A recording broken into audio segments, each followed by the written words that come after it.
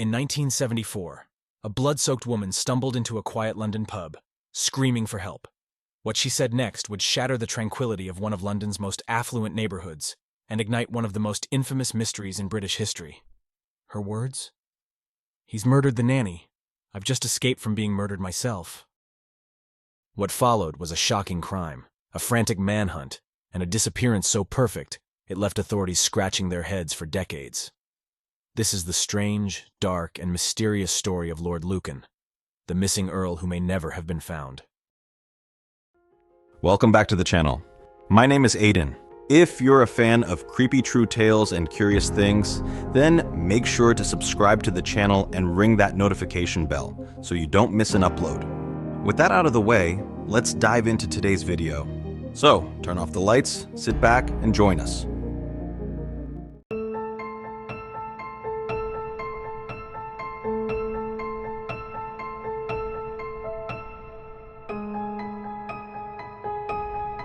It's November 7th, 1974, in London's posh Belgravia neighborhood.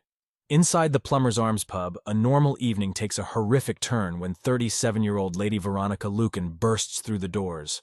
She's covered in blood, her nightgown torn, and she's screaming for help. She tells the stunned patrons that her estranged husband, Lord Lucan, just tried to kill her, and that he murdered the family's nanny by mistake. Minutes earlier, back at her townhouse on Lower Belgrave Street, Lady Lucan had descended into the basement, wondering why Sandra Rivet, the nanny, hadn't returned with tea. What she found instead was a nightmare. Sandra had been brutally bludgeoned to death, and as Lady Lucan turned, she was face to face with her attacker, her own husband. Covered in blood, Lord Lucan allegedly lunged at her, striking her repeatedly. But Veronica fought back, escaped, and ran to the nearest place she could find, the Plumber's Arms. By the time police arrived, Lucan was gone, and he wouldn't be seen again, at least not officially. To understand what led to this shocking crime, we need to look at the man at the center of it all, Lord Richard John Bingham, the 7th Earl of Lucan. Born into wealth and privilege, Lucan's early life was the picture of aristocratic refinement. He attended Eton College, where he earned the nickname Lucky for his charm and love of gambling, a passion that would define, and ultimately destroy, his life. Lucan married Veronica Duncan in 1963. They seemed like the perfect couple, living in a luxurious Belgravia townhouse and raising 3 children. But behind closed doors, their marriage was anything but perfect. Veronica struggled with postnatal depression, while Lucan's gambling spiraled out of control. By the early 1970s, he was drowning in debt and relying on loans from friends and family just to maintain his lifestyle. The breaking point came in 1972, when the couple divorced. Custody of their children was awarded to Veronica, a blow that reportedly pushed Lucan to the brink. He became obsessed with reclaiming his children, surveilling Veronica, withholding money, and according to some friends, even talking about killing her. By 1974, Lucan's life was unraveling. On the night of November 7th, something inside him snapped. Police alleged that Lucan intended to kill his ex-wife, but instead, he fatally attacked 29-year-old Sandra Rivet, the family's nanny, who had gone to the basement to make tea. Lucan reportedly mistook Sandra for Veronica in the dimly lit kitchen. When Veronica stumbled upon the scene, Lucan turned his rage on her, but she fought back, biting his fingers and clawing at him until she managed to escape. Lucan fled the scene, driving a borrowed car to the home of his friends, Ian and Susan Maxwell Scott, in Sussex. There, he told a bizarre story. He claimed he'd interrupted an attack on Veronica by a mysterious intruder and had accidentally been caught in the chaos. He wrote 2 letters to his brother-in-law, describing the ghastly circumstances and insisting on his innocence. Then, just like that, he vanished.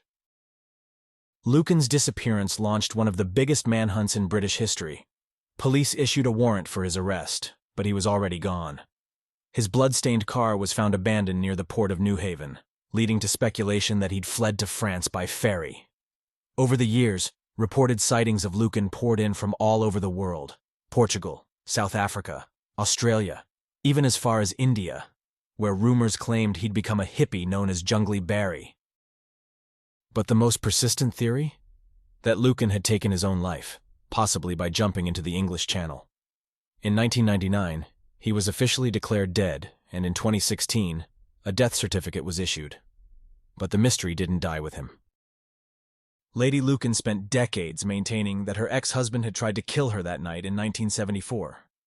In a 2017 interview, she shared her belief that Lucan had deliberately ended his life, calling it a brave decision. Just months after that interview, she passed away, alone and reportedly at peace. For many, the case of Lord Lucan remains an enduring mystery. Did he truly kill Sandra Rivet in a case of mistaken identity? Did he flee abroad and live out his days in hiding? Or did he take his own life, as his ex-wife believed? What we do know is that the disappearance of Lord Lucan captivated the world and left behind a trail of unanswered questions. The story of Lord Lucan is one of privilege, desperation, and a mystery that has haunted Britain for nearly 50 years. What do you think? Did he escape justice, or did his guilt lead him to end it all?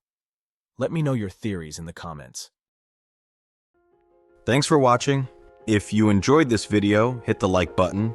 Also, make sure to subscribe and ring that notification bell for more true creepy tales. Stay safe, and until next time, my friends,